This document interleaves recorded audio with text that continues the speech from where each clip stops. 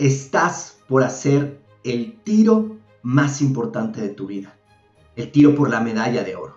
No obstante, sientes que tu corazón se descontrola, que de alguna manera está a punto de salirse del pecho. Tus manos están sudorosas, sientes una temblorina en las mismas, tu respiración agitada y de alguna forma mueve todo tu cuerpo. Y también sientes que tu cabeza da 1000 vueltas por segundo. Estás a punto de hacer el tiro por el que has trabajado muchísimos años y parece que en ese momentito tu neurofisiología no te quiere ayudar a que esa flecha vaya al centro de la diana. Pero entonces tú sientes todo esto y decides. Bienvenidos, mi nombre es Manolo Guevara, esto es Mentes Olímpicas, soy entrenador mental y bueno, en este espacio queremos conocer historias, queremos conocer anécdotas de las grandes mentes del olimpismo, no solamente para inspirarnos, sino también para traer sus hábitos, sus prácticas, su mindset a nuestra propia vida y aspirar nosotros también a tener un nivel olímpico en cualquier actividad en la que te estés desarrollando.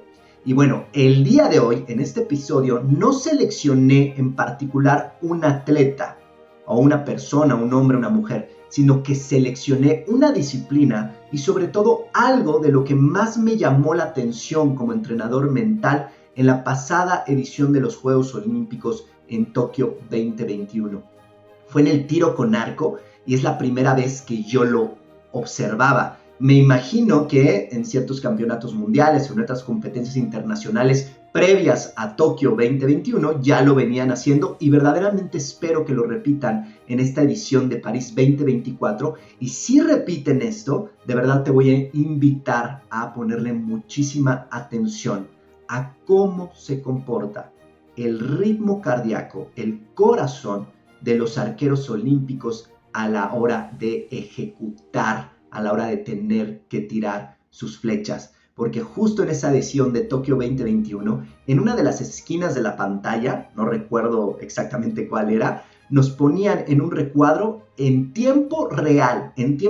Evidentemente los arqueros pues tenían un pulsómetro conectado, quiero pensar que eléctrico, en la parte de un poquito abajo del pecho, que suele ser el más preciso. Y entonces ese pulsómetro estaba mandando señales en tiempo real a una computadora que se proyectaban.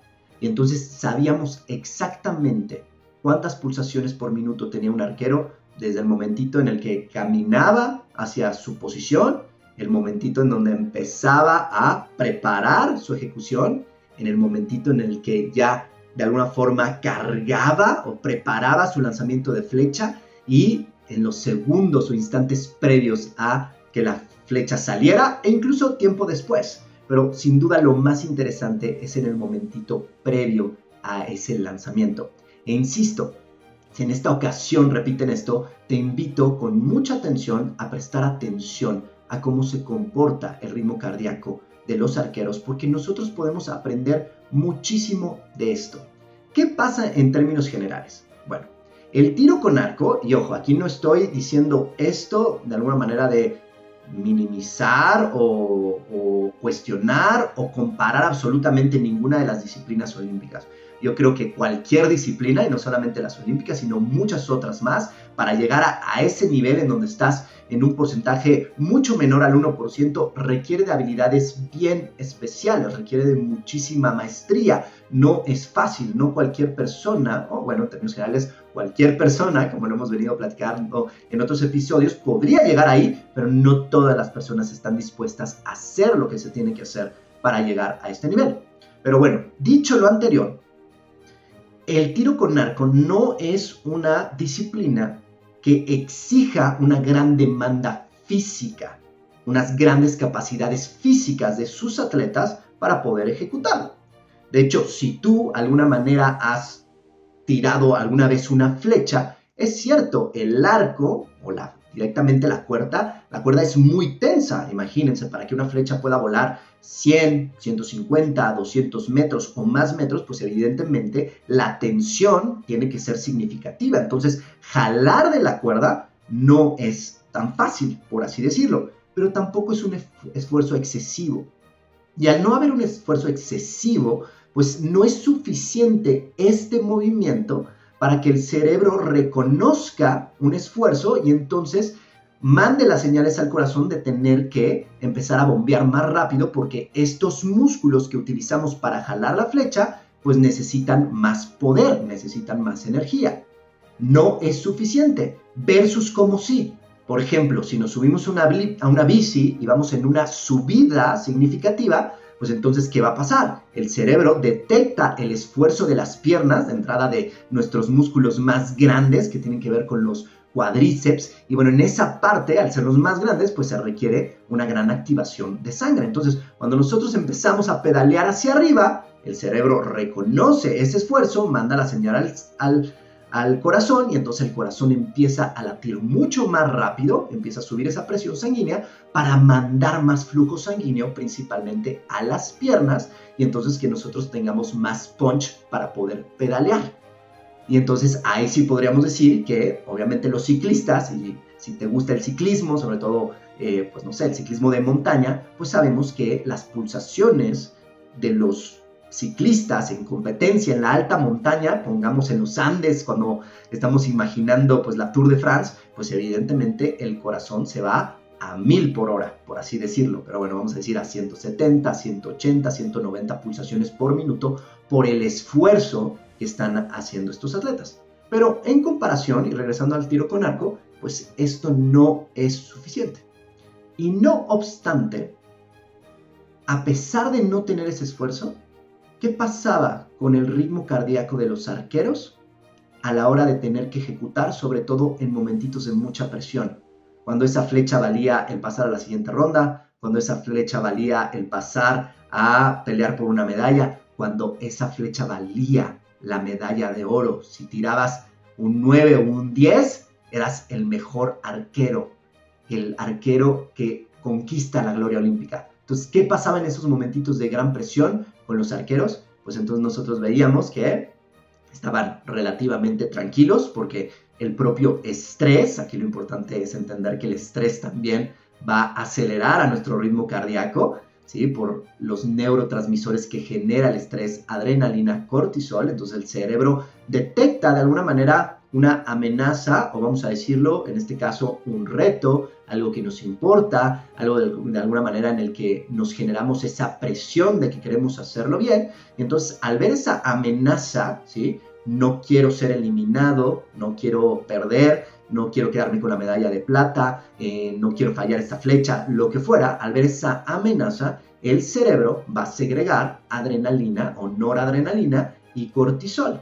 Esa adrenalina y ese cortisol va a viajar por nuestro flujo sanguíneo al corazón, se van a recibir estos neurotransmisores y entonces empiezan a ir a todo nuestro flujo sanguíneo y entonces el estrés por sí mismo es un estado de alerta. Recuerden que hace 100 millones de años no existían los deportes, lo más cercano a los deportes para los primeros seres humanos era la supervivencia, en el sentido de huir, corre del depredador, escóndete del depredador, esa es la amenaza. Entonces venía esta reacción para ponernos más alerta y más dispuestos a poder huir, o a veces también a poder luchar, a poder pelear, a poder defenderte de alguna manera. Entonces esas amenazas o esa reacción de nuestro cerebro, de nuestro corazón, de toda nuestra neurofisiología, pues está muy condicionada a la evolución del cerebro, son resabios de la evolución del cerebro humano.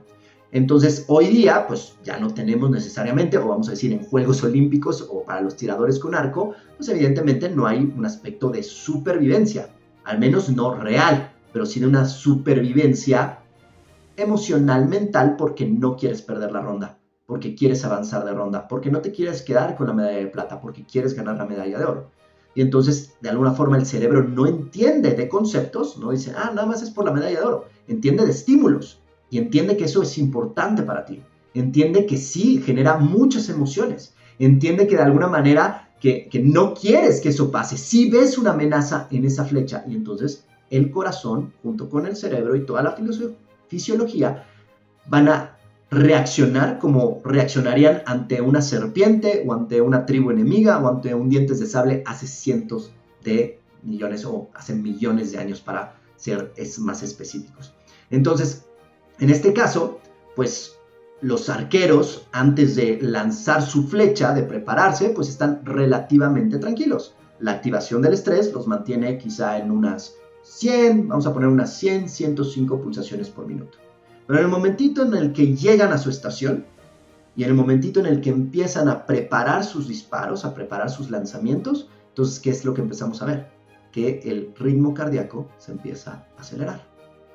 ¿Hasta cuánto, Manolo? Ustedes piensen, ¿hasta cuánto imaginan que el ritmo cardíaco de un arquero se puede elevar por una acción que no necesariamente requiere mucho esfuerzo físico?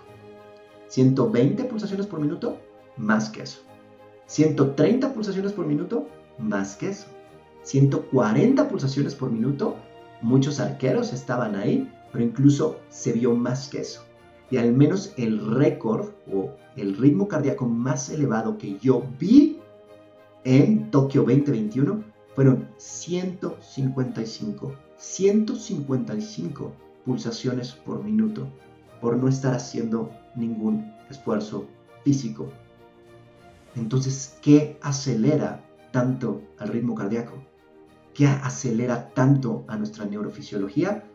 Evidentemente tiene que ver mucho la mente, como lo decíamos, pero en términos generales, el estrés, los nervios, la presión, la ansiedad, estos estados emocionales, estas emociones hacen que el ritmo cardíaco se desborde, se vaya hacia arriba, sin que necesariamente haya otro aspecto que lo esté estimulando.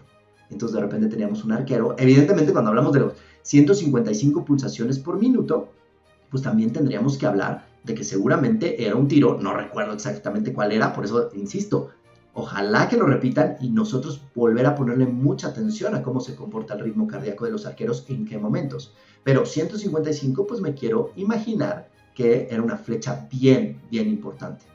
Pero lo más interesante de todo, lo más significativo de lo que tenemos que aprender, es lo que sucedía en el momentito en el que el arquero estaba preparado. Ya estaba listo, flecha arriba. Y entonces 155, o vamos a poner 140 pulsaciones por minuto. Y entonces, ¿qué empezaban a hacer los atletas? ¿Qué empezaban a hacer los arqueros? Empezaban a respirar, empezaban a enfocarse, se daban una pequeña pausa, se veía que estaban empezando a gestionar su sistema neurofisiológico.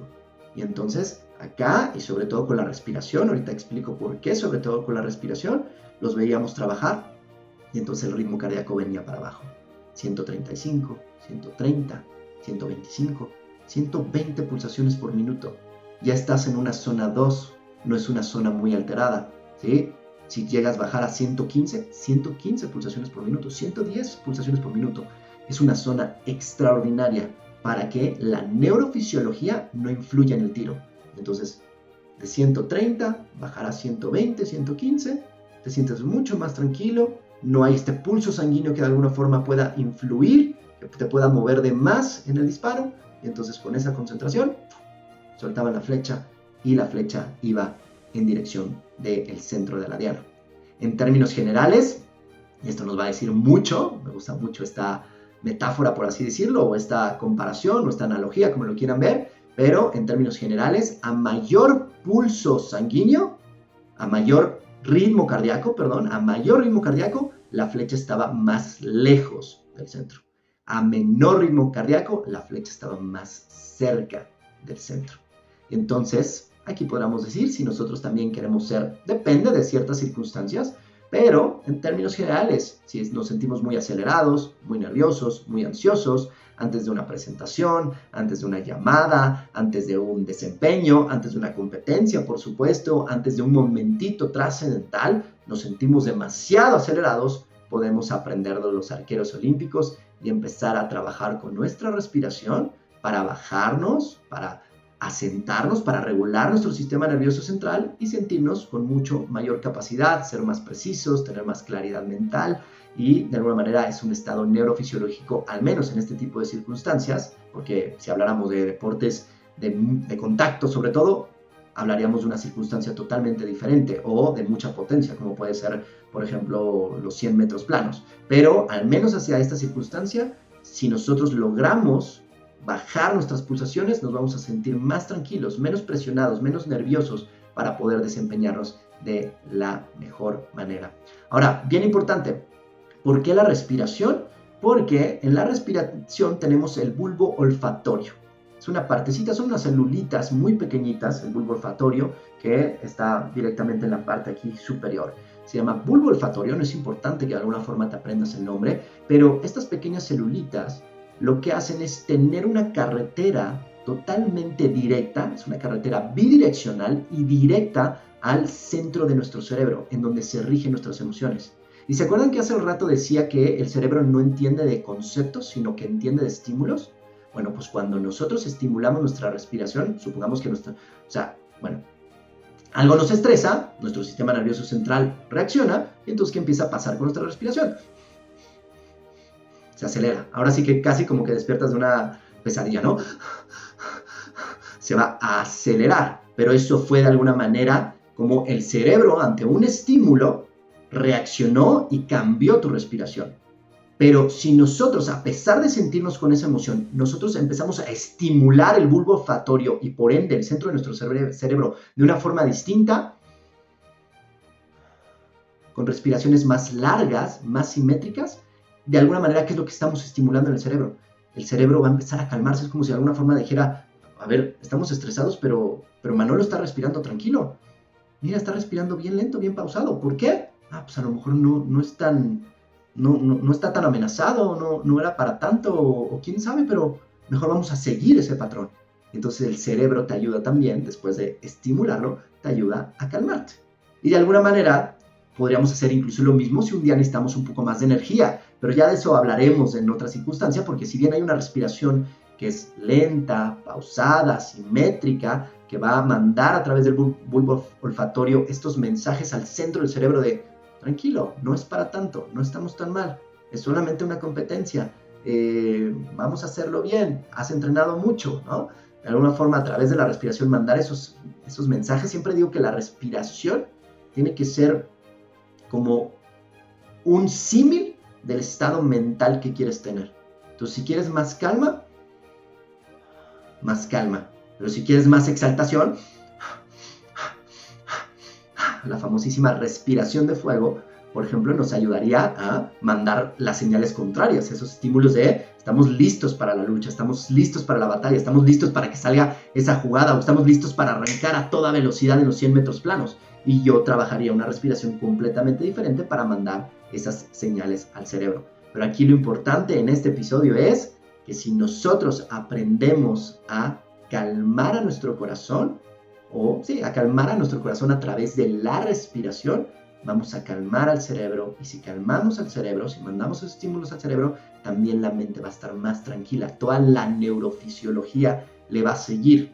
Cuando nosotros estamos demasiado estresados, es adrenalina y cortisol en el cerebro, la presión sanguínea va para arriba, el ritmo cardíaco se acelera, los músculos se tensan y la respiración se agita. Esa es de alguna forma la fórmula del estrés. Y cuando es demasiada exaltada, cuando es demasiada intensidad, pues nos puede llegar a hacer fallar. Pero si nosotros a través de la respiración, o a veces también puede ser de la relajación, porque estás estimulando también relajación, pero de la respiración, que es lo que hemos visto en el episodio del día de hoy, empiezas a mandar las señales contrarias. ¿Qué es lo que va a suceder? El corazón va a dejar de producir tanta adrenalina y cortisol, la presión sanguínea va a bajar, el ritmo cardíaco va a ir para abajo, los músculos se van a relajar y tu respiración, evidentemente la estás tranquilizando, la estás controlando, pero después de controlarla solita también va a regresar a un estado mucho más tranquilo, mucho más calmo. Entonces, si calmamos a nuestro corazón a través de la respiración, calmamos a nuestro cerebro y calmamos a nuestra mente. Y finalmente, algunas reflexiones para que vean que esto puede ser muy útil, no solamente para atletas, sino para cualquier persona en la vida cotidiana, incluso con los gamers, porque hay diferentes, como estudios o mediciones que se han hecho y se ha encontrado que, por ejemplo, juegos como Mario Kart, juegos como el FIFA, juegos como el Call of Duty, ¿no? Que son solamente videojuegos, nada más estás jugando con las manos. ¿Qué logran hacer? Logran subir el pulso sanguíneo de una manera bien significativa. Entonces, imagínense, si eso pasa en los videojuegos, ¿qué nos va a pasar cuando estamos en nuestro trabajo, estamos a punto de hacer una presentación o ejemplos que daba a continuación? Entonces, sí, muchas veces, o a veces hasta ver una película. Y si te vas después de ver una película que te exaltó mucho, te vas a dormir, probablemente te cueste trabajo, pero entonces ya sabes lo que tienes que hacer. Entonces, a trabajar con nuestra respiración para calmar a nuestro corazón, calmar a nuestro cerebro, calmar a nuestra mente, y es un buen lugar para ejecutar muchísimas actividades y que por lo general se siente un poco más cómodo. Espero que les haya gustado el episodio del día de hoy. Nos vemos en el próximo para continuar y ya saben, si le encuentran utilidad, si le encuentran interés a estos episodios, por favor, compartan este proyecto. Hay que hacerlo crecer entre todos. De verdad, se los agradezco muchísimo. Nos vemos en el próximo.